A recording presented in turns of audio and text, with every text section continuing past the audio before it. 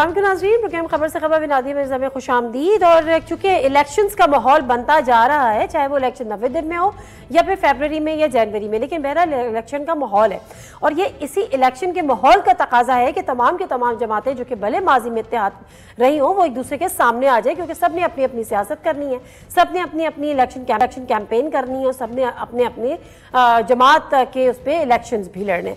तो यही कुछ हो रहा है कि जब मौलाना साहब जो है वो एक नया पेंडोरा बॉक्स खोल रहे हैं कि जी पीपल्स पार्टी ये चाहती थी तो पीपल्स पार्टी जवाब दे रही है कि अगर हम ये चाहते थे तो आपने ये क्यों नहीं किया। इसी तरह से नून लीग भी मैदान में आ गई, क्योंकि आपको उसको सिंध में भी एंट्री देनी है और सिंध में जब एंट्री देनी है तो यकीनन कुछ ना कुछ पीपल्स पार्टी के खिलाफ ही बोलना है। बिलावल भुट्टो जरदारी साहब ने आज मीडिया टॉक की। उस मीडिया टॉक का जो बड़े अरसे से इंतजार था, क्योंकि 90 दिन का जो मुतालबा था पीपल्स पार्टी का वो तमाम जमातें तो अदा कर रही थी, कुछ बोल भी रही थी, कुछ नहीं भी बोल रही थी, लेकिन असल में बिलावल भुट्टो जरदारी साहब नहीं बोल रहे थे। आज उन्होंने बोला कि 90 दिन में इंतखाबात चाहिए, लेकिन उसके साथ साथ एक और बड़ी इंपॉर्टेंट बात उन्होंने की। उन्होंने कठपुतलियां बनाने वालों को एक पैगाम दिया।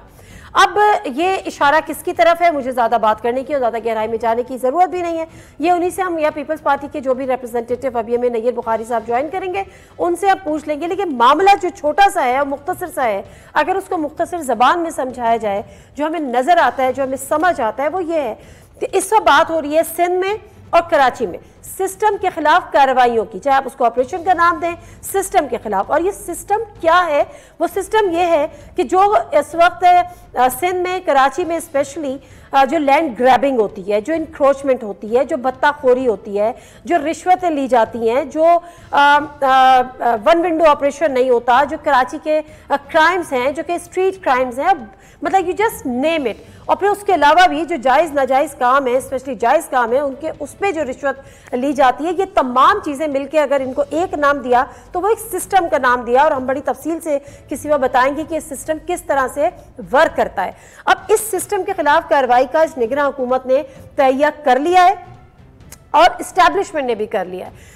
इनके बयान से अगर पीपल्स पार्टी डायरेक्टली नहीं तो इनडायरेक्टली कहीं ना कहीं हिट जरूर होती है, क्योंकि इस सिस्टम से जो रेवेन्यू जनरेट होता है, जो इलीगल पैसा जनरेट जो होता है, वो बड़े शेयर्स कहीं कहीं जाते हैं, कहीं से कहीं बड़े बड़े घरों में भी जाते हैं, छोटे छोटे घरों में भी जाते हैं। तो कहीं ना कहीं आपके इंटरेस्ट हिट हो रहे होते हैं, जिसकी वजह से फिर आप अपने स्टांस और अपनी लाइन चेंज कर रहे होते हैं। बहरहाल उसके अलावा जो मौलाना साहब ने कहा, जो नून ने कहा, उस पर ज़रा जवाब लेंगे। इस वक्त नैयर हुसैन बुखारी साहब हमारे साथ मौजूद हैं, पाकिस्तान पीपल्स पार्टी के सीनियर रहनुमा, former chairman of senate of Pakistan. अस्सलाम वालेकुम नैयर बुखारी साहब।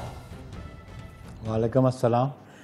नैयर बुखारी साहब, जो बिलावल भुट्टो जरदारी साहब ने आज बातें की हैं, उस पर मुझे आपके से ज़रा कुछ थोड़ी सी वजाहत भी दरकार होगी और थोड़ा सा क्लैरिटी भी दरकार होगी। लेकिन उससे पहले ये जो अचानक मौलाना फजलुर रहमान साहब हो या नून लीग हो, इनकी तोपों का रुख पीपल्स पार्टी की जानिब हो गया है, वजह क्या है sir? This is politics. Politics में तो ये होता है। हम तो अलायंस में जरूर थे, इनकी काम गवर्नमेंट में जरूर थे, लेकिन आने वाले इंतखाबात ज़्यादा पॉसिबिलिटी तो यही होती है कि पॉलिटिकल पार्टीज एक दूसरे के सामने मद्दे मुकाबिल होती हैं।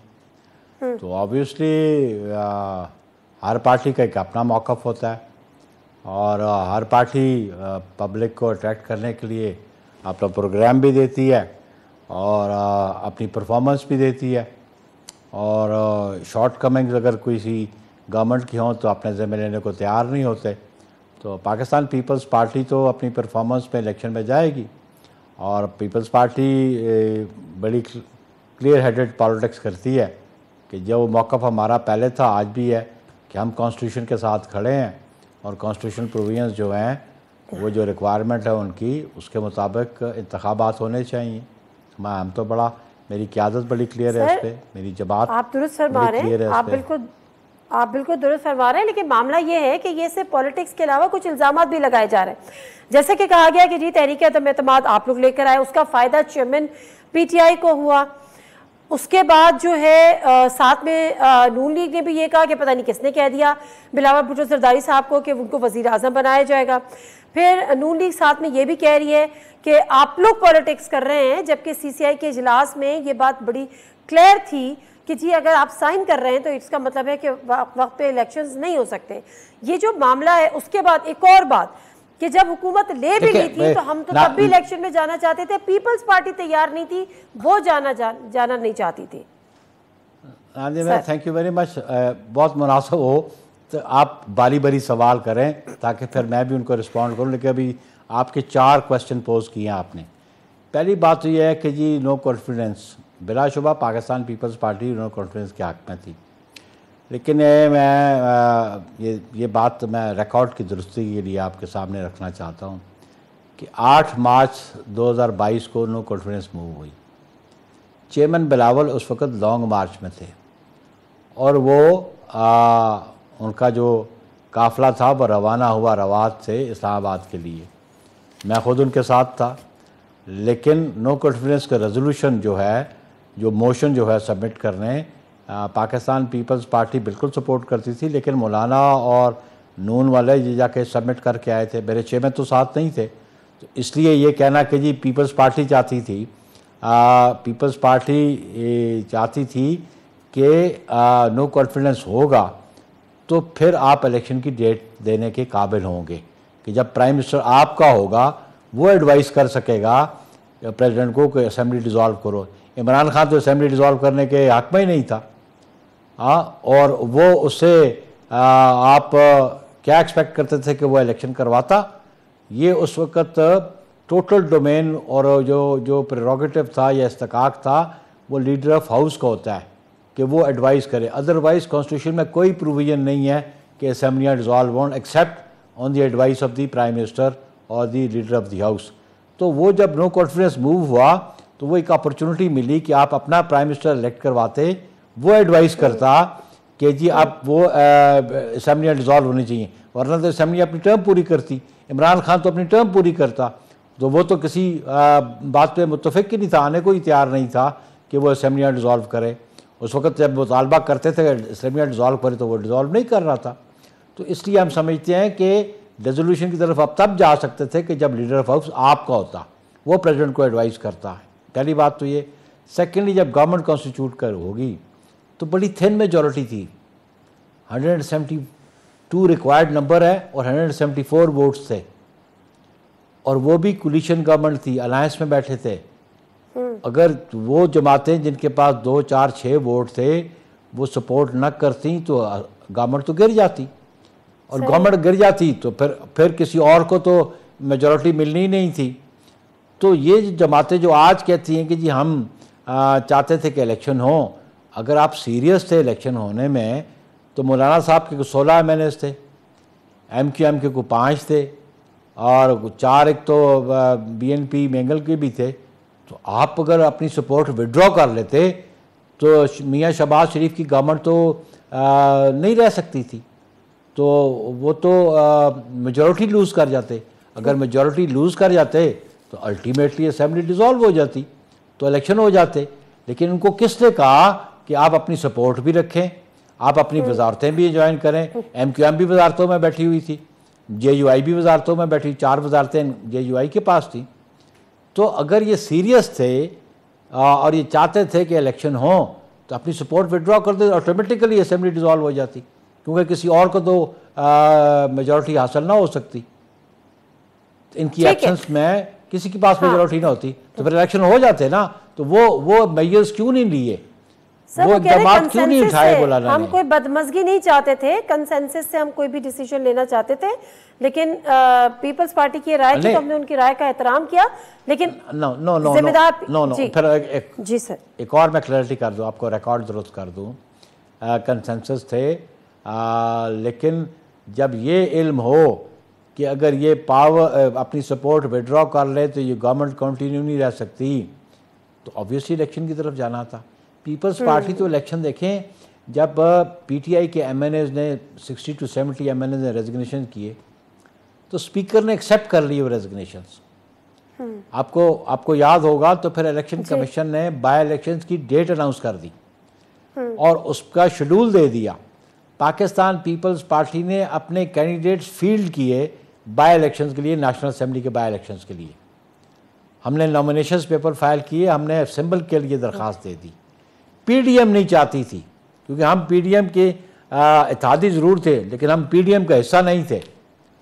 तो पीडीएम नहीं चाहती थी कि बाई इलेक्शन में हिस्सा लिया जाए, तो हमने इनके इसरार पे हमने भी बैकआउट किया। तो पीपल्स पार्टी तो इलेक्शन से कभी नहीं भागी। पीपल्स पार्टी ना पहले भागी है इलेक्शन से, ना अब भागती है, ना इन द फ्यूचर में इलेक्शन से भागेगी। ठीक है। अच्छा, बिलावल भुट्टो ज़रदारी साहब ने जो आज गुफ्तगू की है, नैयर बुखारी साहब बड़ी इंपॉर्टेंट गुफ्तगू की है।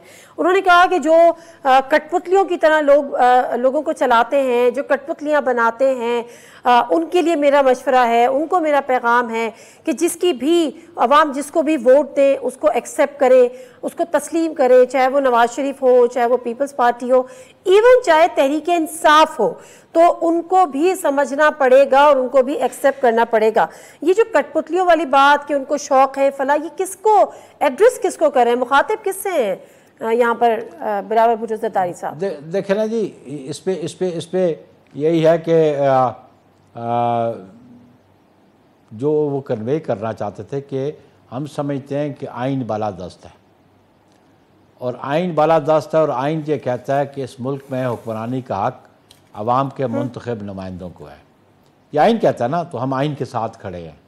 और जो कोई आइन से मावरा बात करना चाहे या आइन से मावरा अपने इक़दाम उठाए, तो वो पाकिस्तान की खिदमत भी नहीं है और आइन को आप होल्ड भी नहीं किया जा रहा। तो माजी में ये होता रहा, और माजी में जो होता रहा उससे अच्छे नताइज बरामद नहीं हुए। अब चेयरमैन जो कहते हैं कि पाकिस्तान में इस्तेकाम तभी आएगा कि जब free fair and transparent elections होंगे और आवाम की राय का जो है एहतराम किया जाएगा। तो आवाम की राय का एहतराम करना सब पे लाजिम है, जितने स्टेट ऑर्गन्स हैं उन पे लाजिम है। तो पीपल्स पार्टी तो एक प्रिंसिपल पॉलिटिक्स करना चाहती है, पॉलिटिक्स की भी है और अंदर भी। लेकिन मुखातिब किससे है? मुखातिब किससे, किसको कह रहे हैं? अब मुखातिब किससे हैं, जिससे भी मुखातिब है उसको खुद समझ आ जाएगी कि किससे मुखातिब है।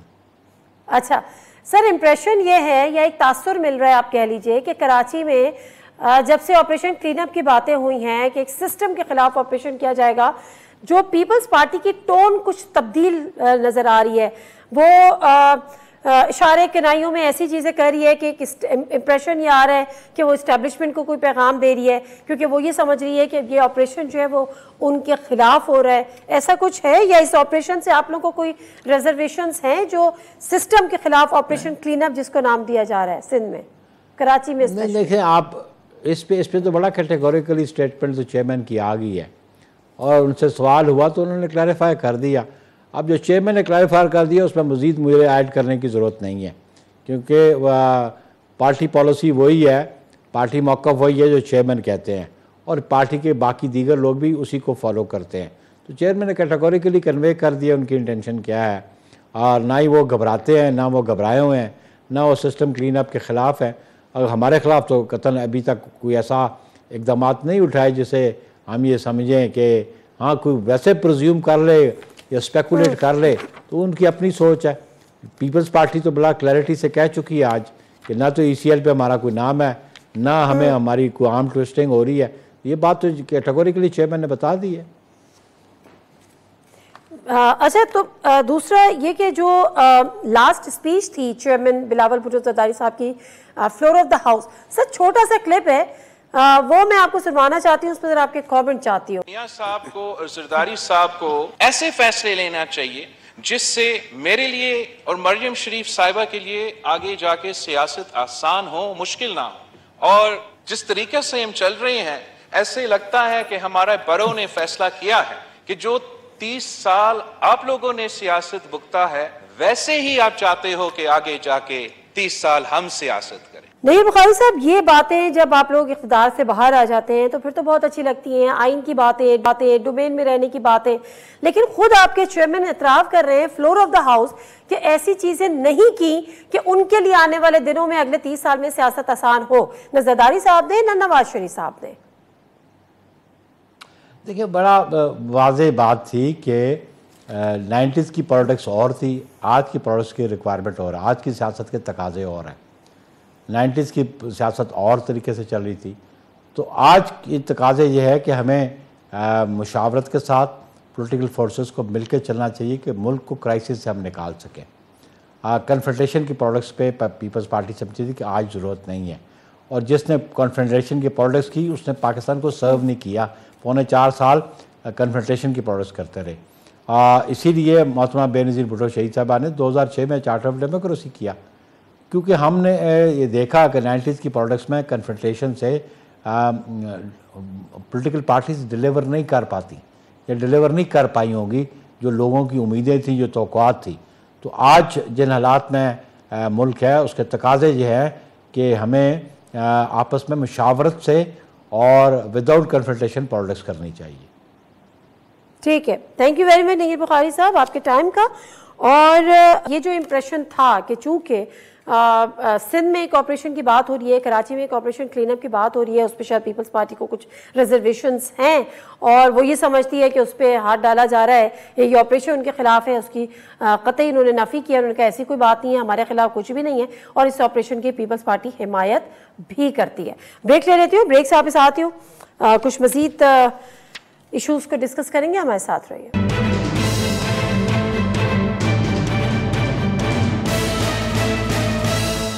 जनाज़ी प्रोग्राम एक दफ़ा फिर आपको खुशामदीद कहते हैं और एमकेएम के सीनियर रहनुमा डॉक्टर फारूक सत्तार साहब हमारे साथ इस वक्त मौजूद हैं, senior deputy convener MQM Pakistan और former federal minister for overseas Pakistan. अस्सलाम वालेकुम डॉक्टर साहब। वालेकुम अस्सलाम जी। डॉक्टर साहब, हम इस्लामाबाद में बैठे हैं, आप सिंध में कराची में बैठे हैं, बड़ी खबरें आ रही हैं कि सिंध में कोई ऑपरेशन क्लीनअप होने जा रहा है, सिंध में कोई जो सिस्टम है उसके खिलाफ कोई ऑपरेशन होने जा रहा है। वैसे ये ऑपरेशन की कहानियां नई नहीं है, आपको याद होगा कि बात बड़ी मछलियों की होती है, मामला कहीं और निकल जाता है, लेकिन अभी क्या चल रहा है, किसके खिलाफ ये ऑपरेशन है और क्या साख्त होगी इस ऑपरेशन की? मैं ये समझता हूँ कि इसे ऑपरेशन का नाम दिया जाए या कोई और इसको उन्वान दिया जाए। देखिए, ये तो बात तय है ना कि गुज़िश्ता 15 सालों में जो बदतरीन हुक्मरानी रही है सिंध में ख़ास तौर पे, और फिर उसके नतीजे में ना दही सिंध के अवाम को बुनियादी मसाइल के हवाले से कोई रिलीफ मिली, ना शहरी सिंध के अवाम और बिलखुसूस कराची तो तबाह और बर्बाद से बर्बाद होता चला गया। और फिर चाहे वो बल्दियाती और बुनियादी सहूलियात हों, पानी का K4 का मंसूबा शुरू नहीं हुआ, 65 करोड़ गैलन यौमिया पानी, यानी 15 सालों में एक इजाफी बूंद पानी कराची को नहीं मिला। अच्छा, फिर जितने भी शहरी इदारे थे वो सूबाई तहवील में ले लिए गए बाय हुक और क्रुक, चाहे वो कानून साजी करके या वैसे ही। अच्छा, अब कचरा उठाने का इख्तियार सॉलिड वेस्ट मैनेजमेंट ले गया, तो बल्दियाती इदारों के पास क्या रह गया? बिल्डिंग कंट्रोल कराची का था, वो सिंध बिल्डिंग कंट्रोल अथॉरिटी हो गया। फिर उसके बाद आप देखें कि वाटर एंड सीवरेज बोर्ड पहले मेयर, इलेक्टेड मेयर के अंडर में होता था। अच्छा, वसीम अख्तर साहब 4 साल रहे मेयर, उनके अंडर में ये इदारा नहीं दिया गया।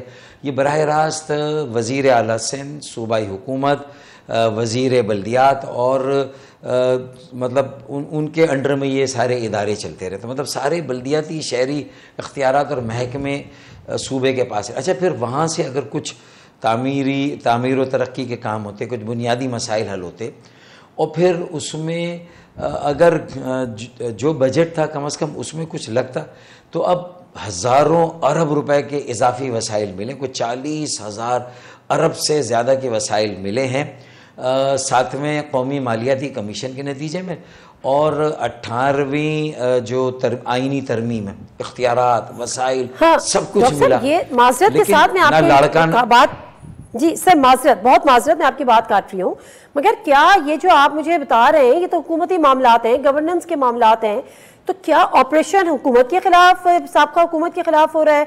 उन्होंने मिस गवर्नेंस की, उसके खिलाफ हो रहा है? क्योंकि हमने तो सुना था कि ये भत्ताखोरी, land grabbing, encroachment, street crimes, इसके खिलाफ है, लेकिन ये तो इख्तियारात वाली बात आप कर रहे हैं। नहीं, मैं तो ये कहता हूँ कि जो लोग भी शहरी इदारों, हुकूमती इदारों का गलत इस्तेमाल करते हैं, उनके ख़िलाफ़ कभी ना कभी किसी स्टेज पे पूछ-गुछ होनी चाहिए, एहतसाब होना चाहिए। अब 15 सालों से चूँकि एक ही हुकूमत थी पीपल्स पार्टी की, और उन 15 सालों की ये सारी कहानी है, और अगर आज किसी ने ये सोचा है और इस पर सिस्टम की बात आ रही, तो ये सिस्टम का लफ्ज़ कोई ऐसे हवा में तो नहीं है। उस सिस्टम के तहत मुख्तलिफ महकमों से अगर करप्शन की रकूम जमा होती होगी और कहीं ना कहीं किसी के पास जाती होगी, फिर उसी रकम से मज़ीद अपनी सियासी और दीगर जो अपनी बेस या ताकत को मसनूई तौर पर बढ़ाने की कोशिश की जाती होगी।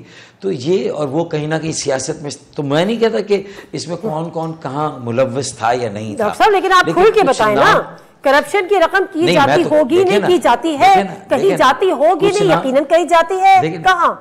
देखिए, कुछ नाम तो प्यादे हैं ना जो मुख्तलिफ महकमों में बैठे थे, बिठाए गए थे, और उनके नाम तो ज़बान ज़दे आम है जी। कौन थे, किसने बिठाए थे? जाहिर है कि अगर मतलब ये कि पीपल्स पार्टी की हुकूमत ने नहीं बिठाए तो पीपल्स पार्टी ये जवाब दे कि उन्होंने नहीं बिठाए थे, बिठाए तो उन्होंने ही थे। और अगर उन्होंने बिठाए थे और उसके नतीजे में जो करप्शन हुई, बदनवानी हुई, लूट मार हुई, रिश्वत सतानी हुई, ज़मीनों पर कब्जे हुए, जो रिहायशी प्लॉट थे वो सनती प्लॉट में तब्दील हो गए, जो सनती थे वो कमर्शियल प्लॉटों में, यानी मास्टर प्लान को अपने घर की जागीर समझ के जिस तरह हुआ है जो कुछ भी, तो मेरे ख्याल में ये लोगों को मालूम है ये सब कुछ। अब अगर जो लोग प्यादे थे, इसके हक में हैं कि ये ऑपरेशन क्लीन अप होना चाहिए, ये इस पे आप सिस्टम के खिलाफ, ये ऑपरेशन का नाम ना दें, इस सिस्टम के खिलाफ कार्रवाई भरपूर होनी चाहिए। हाँ, मैं कह रहा हूँ कि 15 सालों में जितने वसाइल सूबों को मिले, इख्तियारात और वसाइल, अगर उनका बेदरेग इस्तेमाल हुआ, उनको अपनी ज़ाती मुनाफियत के लिए, ज़ाती फ़ायदों के लिए, ज़ाती मफादात या गिरोही और जमाती मफादात के लिए अगर उनको इस्तेमाल किया गया, तो ये मिसयूज़ है, या आइन की भी खिलाफ वर्जी है, ये अवाम दुश्मनी भी है, ये कराची दुश्मनी भी है, सिंध दुश्मनी भी है, मुल्क दुश्मनी भी है। इसके लिए मैं कहता हूँ कि बिला तखसीस, देखें एक बार आखिरी सुन ले, बिला इम्तियाज़ और बिला तखसीस अगर उसमें कहीं पर, यानी मैं ये नहीं कह रहा कि पीपल्स पार्टी चूँकि उसकी गालिब, चूँकि एक मसनूई अक्सरियत होती है, उसका वज़ीर आला होता है, उसकी काबीना होती है, 15 सालों से बिला शिरकत खैर उन्होंने हुक्मरानी की, तो चले उनके ऊपर अगर कोई बात आती है उनसे तो पूछा ही जाना चाहिए। लेकिन अगर किसी और जमात के ने भी किया है इन 15 सालों में, ख़ास तौर पर किसी भी जमात के, चाहे वो MQM के हो, पीपल्स पार्टी के हो, PMLN के हो, PTI के हों, कम अज़ कम पूछ-गुछ होनी चाहिए और कोई कौमी एजेंडा उस पर पूछ-गछ क्यों, उसके खिलाफ कार्रवाई होनी चाहिए भरपूर तरीके से। अगर वो कहीं ना कहीं गलत है या कुछ है तो कार्रवाई चाहिए। बिल्कुल। अच्छा, अभी डॉक्टर साहब, अभी आपने वसीम अख्तर साहब का नाम लिया, कहाँ हैं आजकल वसीम अख्तर साहब? उनका सुना है बड़े इख्तिलाफात हैं और छोड़ने की भी बात कर रहे हैं, किधर हैं आजकल? देखिए, उनके किसी इख्तिलाफ की वजह से अगर वो खुद नहीं आ रहे MQM में और हमारी राब्ता कमेटी में नहीं शरीक, देखिए अगर है तो I am not privy to that, वो मुझे बताते, मुझसे बात करते तो मैं देखता कि क्या इख्तिलाफ है। अगर खालिद मकबूल भाई को पता है तो वो किस वक्त अगर उस इख्तिलाफ को ख़त्म करेंगे या दूर करेंगे, या फ़िलहाल इस वक्त जिस तरह जो काम इख्तिलाफ है क्या सर? मुझे नहीं मालूम, देखे ना, मेरे तो इल्म में नहीं है। अच्छा, अगर इख्तिलाफ है उनका या किसी का भी, और वो उस तरह से उनकी पार्टिसिपेशन या विजिबिलिटी नहीं है, तो मेरे ख्याल में तो वो खुद बताएं। मुझे नहीं पता, वो मीडिया में आने की बजाय पार्टी में आकर बताएं। जी ओके, बिल्कुल ठीक है, बिल्कुल दुरुस्त है। खैर, आप भी नहीं बता रहे, पता तो आपको भी होगा, लेकिन जब वो नहीं बता रहे, आप भी नहीं बता रहे, बट आगे बढ़ जाते। मैं पूछूंगी कि जो GDA के वक्त से मुलाकात हुई, आप लोग दोबारा इनको भी आप सपोर्ट करें, लेकिन उससे पहले पिछले दिनों बड़ी खबरें थी कि पार्टी के अंदर इख्तिलाफात हो गए हैं और मुस्तफ़ा कमाल जो है वो जाके पार्टी के अंदर से कोई जाके पीपल्स पार्टी के लोगों से मिला है, शायद पीपल्स पार्टी ज्वाइन करेगा। जब ये सवाल मुस्तफ़ा कमाल साहब ने किसे किया तो उन्होंने कहा कि मुझ पर अभी इतना बुरा वक्त नहीं आया। कहीं वो आप तो नहीं थे सर? नहीं, देखिए ना, इतना बुरा वक्त तो इंशाअल्लाह MQM में किसी पर भी नहीं आएगा कि वो MQM को अल्लाह ना करे, अगर MQM में कहीं कोई नाराज़गी इख्तिलाफ है तो वो थोड़ा घर में बैठ सकता है, बैक सीट ले सकता है, थोड़ी अपनी पार्टिसिपेशन और विजिबिलिटी को कम कर सकता है, लेकिन किसी पीपल्स पार्टी में चला जाए, मेरे ख्याल में ये तो अब कम से कम ऐसा नहीं होगा। और उस वक्त जब बहुत MQM के ऊपर मुश्किल वक्त था, बड़ा चैलेंजिंग वक्त था, और MQM भी अंदर से तकसीम का शिकार रही, और जो कुछ भी शायद उस तरह से हमारी परफॉर्मेंस या उस तरह से हमने एक्ट नहीं किया, तो बहुत सारे लोगों ने उस वक्त छोड़ के पीपल्स पार्टी को ज़रूर ज्वाइन किया होगा। लेकिन मेरे ख्याल में वो सही का मुस्तफ़ा भाई ने, इतना बुरा वक्त नहीं आया कि हम में से कोई अल्लाह ना करे पीपल्स पार्टी में जाएगा, नहीं। अच्छा, अगर कोई इख्तलाफ देखें अगर होगा या है तो खालिद मकबूल भाई सरबराह हैं, मुस्तफ़ा कमाल भाई ने कई मरतबा कहा है और इसमें कोई दो राय है ही नहीं, ना मेरे दिल में कभी, ना मुस्तफ़ा भाई के दिल में। और मैं तो ये समझता हूँ हमें जेलिंग करनी है, अगर हमारी नीचे भी कहीं हिकअप है, हिचकियाँ आ रही, failure is no option. Mustafa Kamal भाई आए पार्टी में, मैं वापस आया, खालिद भाई हैं, तो हमें आपस में मिलकर इन सारी चीज़ों को एड्रेस करना है और हमें बड़े जिम्मेदाराना किरदार अदा करना है। अब हम अफोर्ड नहीं कर सकते, तंजीम नहीं कर सकती, कराची नहीं कर सकता, सिंध के शहर नहीं कर सकते। और कराची का ताल्लुक चूँकि ये गुज़िश्ता सालों में जो कुछ भी हशर नशर हुआ है, ये पूरे मुल्क की शहरक है भाई, ये इक़्तिसादी और माशी मरकज़ है, हब तरक्की का इंजन है सर, और ये मुल्क की मजबूती और इस्तेकाम की ज़मानत है, मुल्क की दिफा और जो कौमी सलामती इस्तेकाम की ज़मानत है। तो हम अफोर्ड ही, यानी MQM के अंदर अगर कोई इंतशार होता है तो उससे मुल्क को नुकसान पहुंचेगा। अच्छा सर, ये बताएं कि इलेक्शंस होने, आइन की बात करते हैं या नजरिया ज़रूरत की बात करते हैं आप? 90 दिन के अंदर हो या जब चाहे हो जाए? आइन क्या कहता है? आइन की और सिर्फ आइन की और सिर्फ और सिर्फ आइन की। लेकिन देखिए ना, मेरी प्रेस कॉन्फ्रेंस थी इस्लामाबाद में, जब मैं इलेक्शन कमीशन में जब उन्होंने हमें बुलाया था और हमारी नुक्ता नज़र को समझना था, हमने कहा इलेक्शन आइन के मुताबिक होने चाहिए, आइन के तहत होने चाहिए, और इलेक्शन से जुड़े जितने लाजमी जो उसकी रिक्वायरमेंट है, जो उससे जुड़े इश्यूज़ हैं, जो आइन में जो कि मौजूद हैं, तो वो तकाज़े भी आइन के पूरे होने चाहिए। और उसमें अगर कुछ दिन, लेकिन इस आइन में जो बुनियादी तकाज़े शफ़ाफ़ इंतखाबात के इनक़ाद के, उनको भी पूरा होना चाहिए। 70-75 सालों से सही मरदमशुमारी नहीं, थोड़ी मरदमशुमारी अगर सही हो गई, अगर 1 सीट हमारी उसमें बढ़ रही है कौमी की, 3 सीटें सूबाई की बढ़ रही है, तो किसी के पेट में क्यों दर्द हो रहा है? अब आज कह रहे हैं कि हम तो 14 मई के इलेक्शन के लिए भी तैयार थे, जो 14 मई को होना था। अरे कौन सा बयान तुम्हारा मौजूद है भाई रिकॉर्ड पर? तुम तैयार थे? इस तरह बात करते जैसे आज बात 90 दिन को सहीफा आसमानी बनाते हो, और 14 मई को जब 90 दिन पूरे हो रहे थे उस वक्त आप ये कह रहे हैं कि CCI पे जब मुराद अली शाह साहब ने साइन किया, उनको ये पता था कि इंतखाबात आगे जाएंगे, तो अब क्यों MQ वो पीपल्स पार्टी बज़िद है कि जी 90 दिन के अंदर ही कराएं? ये थोड़ी सी एंटी एस्टैब्लिशमेंट क्यों लाइन ले रही है? अब देखें ना, अगर वो ये तो पीपल्स पार्टी बताएगी, मैं तो तजिया निगार नहीं हूँ, तबसरा निगार नहीं हूँ कि मैं तो तजिया करने लगूँ। मैं तो पॉलिटिकल, मैं तो उनको एक्सपोज करूँगा, उनकी मुनाफिकत है, डाइकॉटमी है। मरदमशुमारी उस वक्त तक नहीं कराएंगे जब तक सुप्रीम कोर्ट ना कहे। बल्दियाती इंतखाबात में भी तो आइनी तकाजा है ना कि भाई ये भी होने चाहिए, तो फिर उस वक्त आइन कहाँ चला जाता है? 140A में आइन कहाँ जाता है? 160 के 4 में आइन कहाँ चला जाता है? फिर उसके बाद 149(4) में आइन कहाँ चला जाता है? वो ऐसा क्यों कर रही है पीपल्स पार्टी? वो तो पीपल्स पार्टी ही बताएगी ना कि क्यों कर रही है। CCI में साइन कर दिया, CCI में सारी चीज़ों को मान लिया। पहली बार जैकबाबाद, कश्मीर, लाड़काना की ग्रोथ रेट 12% है टोटल इतने सालों में, और कराची की 27%, वरना 5 मरदमशुमारियों में कराची 12% होता था, लाड़काना 60% जो है वो जो जैकबाबाद 50%, कश्मीर 50%। तो उस वक्त आइन कहाँ जाता था? किस साइंस से प्रूव होता था कि इतनी आबादी 10 इलाकों की इतनी रफ्तार से बढ़े? और मेरा सवाल सिर्फ ये है कि आपको क्या लगता है, बंगाली भी है, पूरी दुनिया जहाँ पर है साली उसकी आबादी बढ़ी नहीं रही है, उसकी आबादी 12%। पहली बार 4.1% की ग्रोथ रेट एनुअली कराची की आई है। पाकिस्तान में सबसे ज्यादा तेजी से आबादी में इजाफा हो रहा है तो कराची का ये माना गया इस डिजिटल मरदमशुमारी का। तो अच्छी बात है ना, कराची के शहरियों को अंदाजा हो गया है कि अब पहली बार माना गया ना, पहली बार माना गया तो यार अंडर काउंटेड थे तो अंडर रिप्रेजेंटेड थे, अंडर रिप्रेजेंटेड थे तो अंडर फंडेड थे। यार ये पहली बार चांस मिला है। सर अभी भी अंडर काउंटेड है, कोई माजरत के साथ किसी ने कोई तीर नहीं मारा, अभी भी अंडर काउंटेड है। नादिया मिर्जा नादिया मिर्जा 1000 मील का सफ़र भी हो तो एक पहला कदम उठाना पड़ता है। ये MQM ने सख्त निगरानी चौकीदारी करके चोर को पकड़ के एक्सपोज करके जहां हमारी आबादी को दबाया जा रहा था, सबूत देकर डिजिटल डेटा से साबित किया कि यार 27% 6 साल में इजाफा हुआ और 4.1% हुआ। भाई ये पहली बार हुआ है। तो पहली बार अगर ये हुआ और इसीलिए हुआ, ये खर्चा इसीलिए किया गया कि कराची का इतराज था मेरा, शाहिद खाकान अब्बासी प्राइम मिनिस्टर थे, फ्लोर ऑफ द हाउस पे मैंने ये बात की थी, तो 5% थर्ड पार्टी ऑडिट की बात हुई।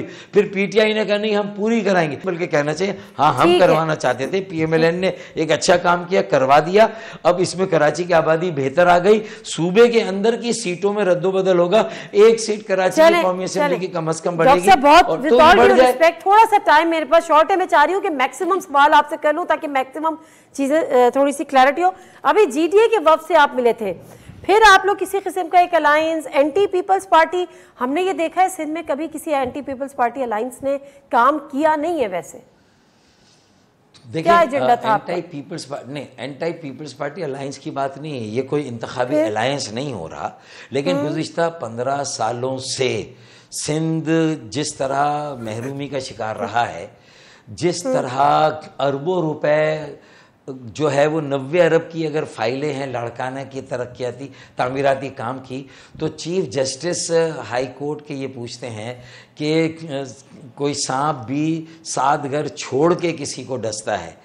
तो मुझे बताइए कि अगर ये सारी बातें रिकॉर्ड पर मौजूद हैं, लेकिन फिर चूँकि हुकूमत की ताकत, रियासत की शायद ताकत भी, और फिर पैसों की ताकत और लूट मार की, ज़मीनों पर कब्ज़ों की, फिर एक तरफा जो हुक्मरानी, ये बदतरीन हुक्मरानी जो थी, बैड गवर्नेंस और करप्टेड गवर्नेंस जो थी, तो फिर उसके बाद मतलब ये सारी बातें तो सामने आएंगी ना। तो अगर ये हो रही है तो ये सब चीज़ों, आपको तो कहना चाहिए हम अदालत में पहले भी गए, जेल पहले भी गए, हम थोड़ी उससे घबराते हैं, है ना। उन्हें तो ये कहना चाहिए। और आप तो अब एहतिसाब कानून में भी तब्दीलियां कर चुके, सब कुछ अपनी मर्जी का कर चुके, फिर किस बात का डर है भाई? फिर किस बात का डर और खौफ है? फिर किस बात से डर है? बिल्कुल सही बात है, फिर किस बात से डर है। डॉक्टर साहब, ये जो आप बार बार 15 साल कह रहे हैं ना, उसमें से 5 साल निकाल दें। मैं क्यों कह रही हूँ ये आप जानते हैं, ऐसे ही है ना? ठीक है, thank you very much doctor साहब, बहुत बहुत शुक्रिया आपके टाइम का। सर माजरत के साथ टाइम मेरे पास बिल्कुल शॉर्ट है, बहुत शुक्रिया डॉक्टर साहब आपके टाइम का। और कराची में सर जिस ऑपरेशन की तैयारियां हैं, या उसको ऑपरेशन नहीं, सिस्टम के खिलाफ कार्रवाइयों की तैयारियां, उसमें कहीं ना कहीं पीपल्स पार्टी हिट हो रही है, इसमें कोई शक नहीं है। इसीलिए पीपल्स पार्टी के बदलते हुए बयान भी सामने आ रहे हैं। लेकिन बहरहाल इलेक्शन कब होंगे? 90 दिन के बाद होंगे। 90 दिन का मुतालबा पीपल्स पार्टी का भी मुनाफत है, डॉक्टर फारूक सत्तार साहब का कहना है।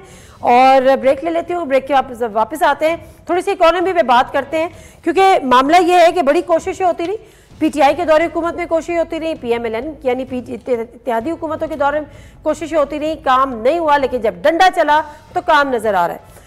हमारे साथ मौजूद होंगे एक इकोनॉमिस्ट। ब्रेक ले लेती हूँ, ब्रेक से वापस आती हूँ, मैं साथ रही।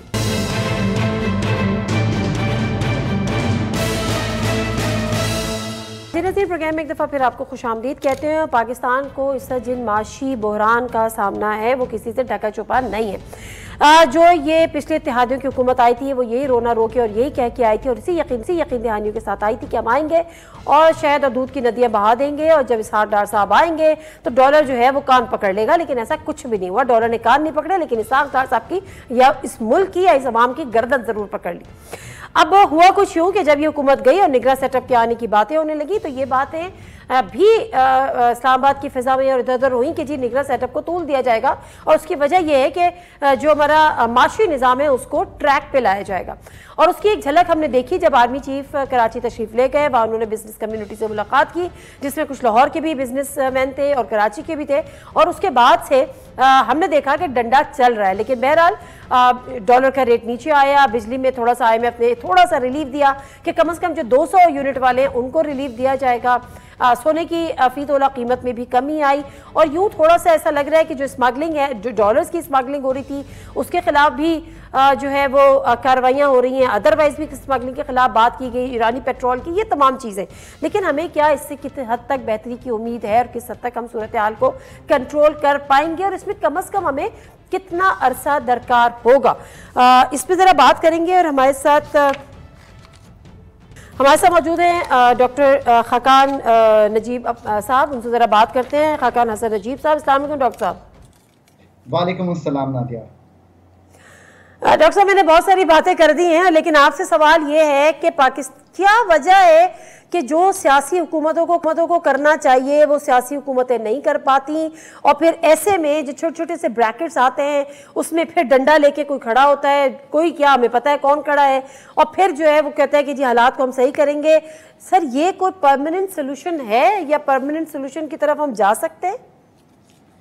नादिया साहब, बात यह है कि ये तो हमें एग्री करना पड़ेगा कि पिछले कई दहाइयों की गलतियां हैं जिसकी वजह से ना हम अपनी एक्सपोर्ट्स को बढ़ा सके, सो हमारा एक एक्सटर्नल का खसारा खड़ा हो जाता है, ना हम अपने टैक्स टू जीडीपी को बढ़ा सके जो कि एफपीआर का 8.5-9% पे है, पिछली एक दिहाई से यहीं पे है। एक्सपेंडिचर्स बढ़ रहे हैं और उसकी वजह से एक मालियाती खसारा खड़ा हो जाता है। एनर्जी सेक्टर में लीकेजेस भी हैं, लॉसेस भी हैं, टीएनडी के भी हैं, बिल्स भी नहीं आते।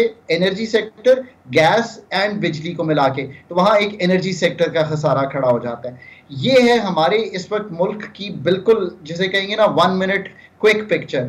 पैदावारी सलाहियत कमज़ोर है और जो एग्रीकल्चर जो हमारा मेन प्रोड्यूसर है 22-23% है जीडीपी का, वो टैक्स भी नहीं देता और उसकी पैदावारी सलाहियत 1/3 है compare to the world.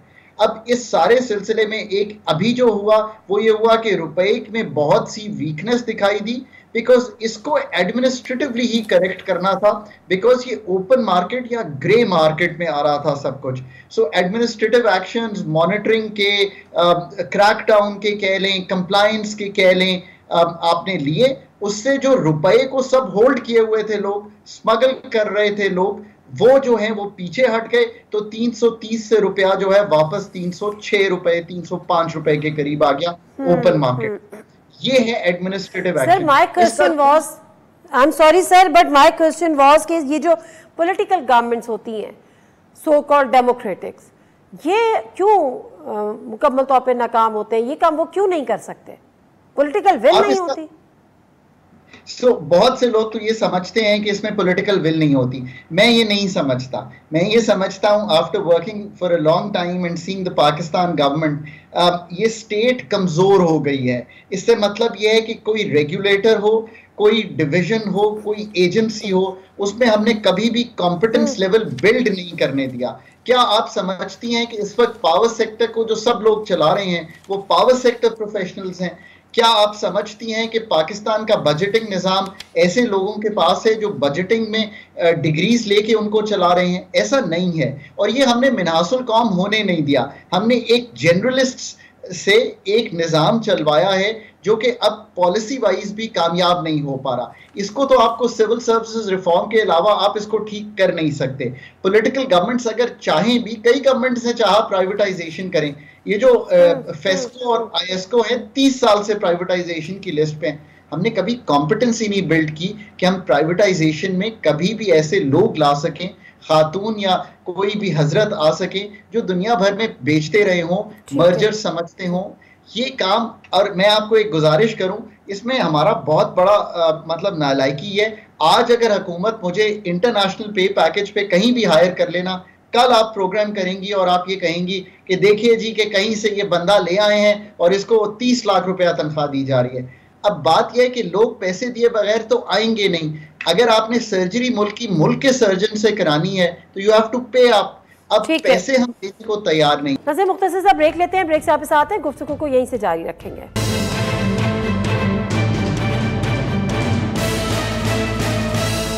Programme एक दफ़ा फिर आपको खुशामदीद। अच्छा सर, एक चीज़, डॉलर स्मगल हो रहा था, अब सामने आ गया, सुनने में ये भी आ रहा है कि डॉलर लोग बेचने वाले हैं, ख़रीदने वाले कम हैं, जो भी इस तरह से, लेकिन बहरहाल डॉलर गिरा है। जिस तरह से रुपी डी वैल्यू हो रहा था उसमें कुछ बेहतरी आई है, कुछ थोड़ा सा स्टेबिलिटी आई है, या शायद और भी नीचे आ जाएगा। चीनी का मसला, अब यहाँ पर भी सियासी जमातों में कि जी पीपल्स पार्टी के वजीर थे तो उन्होंने कहा कि जी कैबिनेट के बगैर नहीं होता, शुगर जो थी वो एक्सपोर्ट कैसे हो गई, फिर महंगे दामों इंपोर्ट हो रही है जिसकी वजह से जो है प्राइस इतने हाई हो गए। ये क्या मामला है, कौन जिम्मेदार है? जब इतनी वाफिर मकदार में नहीं थी तो फिर एक्सपोर्ट करने की इजाज़त किसने दी? ये डॉलर तो मैंने एक्सप्लेन किया कि एक ये जो रविश थी उसको तोड़ा गया। अब चीनी में देखिए, क्योंकि चीनी पे मैंने रिसर्च करके आर्टिकल लिखे हैं तो मैं इसको समझता हूँ। चीनी 15 नवंबर से लेके 15 अप्रैल तक पाकिस्तान में बनती है और फिर बाकी सारे सीजन बिकती है। इसमें अगेन डिपार्टमेंट हमारा जो स्टेटिस्टिक्स के हैं, जो हमारी कॉमर्स मिनिस्ट्री है, इसको विजिलेंट होके नंबर्स को देखने हैं। सो जब चीनी आज 1 सितंबर को देखी गई तो पता ये चला कि जो चीनी है वो उनका ख्याल है कि इतनी है कि ये हमारे जो टाइम है गुजर जाए, बट चीनी बहुत क्लोज है सप्लाई और डिमांड में। क्यों? क्योंकि अगेन ये कहा जा रहा है कि 2.5 लाख टन तो 2.5 लाख टन तो एक्सपोर्ट हो गई, बट 3, 4, 5, 6, अब इसका कोई फिगर ऑथेंटिक तो मैं आपको दे नहीं पाऊंगा क्योंकि है नहीं, एक्सपोर्ट के अलावा ये चीनी स्मगल हो गई। अब चूंकि ये चीनी इतनी स्मगल भी हो गई तो जब भी सप्लाई और डिमांड बैलेंस में आती है तो पाकिस्तान में मैंने ये देखा है कि चीनी की कदर और कीमत बढ़ जाती है। और ये भी याद रखिए कि अब जो चीनी की कैरिंग कॉस्ट है वो 22-23% हो गई है, बिकॉज आपका जो इंटरेस्ट रेट है वो बढ़ा है। चीनी में एक और चीज भी हुई है, हमने गन्ने की कीमत को भी एनहांस किया है। अब इसमें से निकलने का क्या तरीका है? इसमें से निकलने का तरीका ये है कि आप चीनी की मार्केट को डीरेगुलेट कर दीजिए। गवर्नमेंट चीनी की अनाज की ये जो प्राइस सेटिंग है इस बिजनेस से निकले, जहां पे निकली है राइस में से निकली है। आप अपने 5 साल 8 साल के प्रोग्राम देख लें, एक्सपोर्ट भी कर रहे हैं 2 अरब डॉलर की, कभी भी इसकी प्राइस सेटिंग नहीं होती। ये एक मार्केट फोर्सेस पर डिपेंडेंट है। ये चीनी से निकलने का रास्ता है। इन द शॉर्ट रन अगर सप्लाई एंड डिमांड बैलेंस्ड है तो कॉमर्स मिनिस्ट्री को थोड़ी सी चीनी बाहर से मंगवा लेनी चाहिए। ठीक है। अच्छा सर, ये जो स्मगलिंग की बार बार बात हो रही है ना, जिस तरह से आपने भी कहा कि चीनी इतनी थी, क्योंकि अभी सितंबर तो शुरू हो गया है, नवंबर में दोबारा से आपने कहा बन जाती तो 1 से 2 महीना या 3 महीना मैक्सिमम, लेकिन वो स्मगल हो गई। ये स्मगलिंग वाला जो मामला है ना, ये बड़ा हमें जिसको कहना चाहिए पेंच करता है, क्योंकि हमने कभी ईरान के तेल की स्मगलिंग हो रही है तो यहाँ से चीज़ें स्मगल होके जा रही हैं, डॉलर है तो वो स्मगल हो रहा है। तो सर इसकी रोकथाम के लिए क्या हमारे वसाइल नाकाफ़ी हैं, या हमारी विल नहीं रही है, या जिनकी विल होनी चाहिए वो खुद इसमें इन्वॉल्व रहे हैं?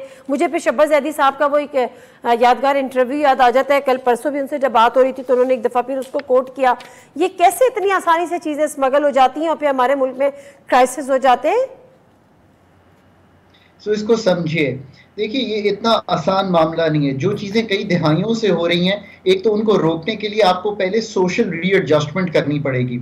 जो बहुत से लोग इस काम में इन्वॉल्व हैं उनको कोई और काम में लगाना पड़ेगा और उनका माइंडसेट तब्दील करना पड़ेगा। दूसरे नंबर पे लॉ इन्फोर्समेंट एजेंसीज की दोनों मसाइल हैं। एक तो अगेन वही मसला है कि अंडरपेड लोग बहुत बड़े बड़े काम कर रहे हैं, तो आपको ये देखना पड़ेगा कि कैसे आप इस निज़ाम को तब्दील करेंगे, उनको इनकरेज भी करेंगे, प्लस उनको आप अच्छी चीज़ें भी देंगे जिससे ये चीज़ें मॉनिटर होंगी और कंट्रोल होंगी। तीसरा ये है कि ऑफ कोर्स कलूसिव बिहेवियर की बात सही है, उसके बगैर शायद स्मगलिंग नहीं हो सकती, और उसको तोड़ने के लिए इस निज़ाम को तब्दील करना पड़ेगा जो हमारा लॉ इन्फोर्समेंट एजेंसीज करने की कोशिश कर रही हैं। And from the top there has to be no tolerance और जीरो टॉलरेंस कि आप ये काम नहीं करेंगे। पर ये भी याद रखिए कि 1600 किलोमीटर का बॉर्डर है, हमने फेंसिंग भी की है, फिर भी पोरस है, और अफगानिस्तान के साथ क्योंकि अफगान ट्रांजिट ट्रेड का भी सिलसिला है जिसमें बहुत सी चीजें चली जाती हैं, उस पर अगर आप क्रैक डाउन करेंगे और इंश्योर करेंगे कि जो चीजें जानी चाहिए वो ही जाएं, तो हम इस मसले को हल कर सकते हैं। और फिर सोशल रीएडजस्टमेंट उन लोगों की बहुत जरूरी है। तो ये सारे काम करने हैं। ये मैं एक बात कहता हूं हमेशा कि एक आखिरी मौका कि कौम को ना इस चीज से निकल जाना चाहिए कि कोई आपके पास मैजिक वॉन्ड है, आपको बहुत से काम इकट्ठे करने होते हैं तो फिर आपको बेनिफिट दिखाई देगा। ठीक है, बहुत शुक्रिया हमसे बात करने का डॉक्टर खाकान हसन नजीब साहब। और मुख्तसरन ये कि उनसे बात यही कर रहे थे कि क्या पॉलिटिकल विल नहीं होती, जो चीज़ें होती हैं, लेकिन बहरहाल जो चीज़ें हो रही हैं वो डेफिनेटली बेहतरी की तरफ हो रही हैं। सबसे बड़ी बात ये कि जो चीज़ें स्मगल हुई उसी की वजह से हमारे साथ ये क्राइसिस हैं, चाहे वो डॉलर्स का मामला हो, चाहे वो चीनी का मामला हो, चाहे वो दीगर मामलात हो। लेकिन अब बहरहाल इसके खिलाफ बाकायदा तौर पर एक कैंपेन शुरू कर दी है, इसको रोकने की कोशिशें भी हो रही हैं, कार्रवाइयाँ भी हो रही हैं।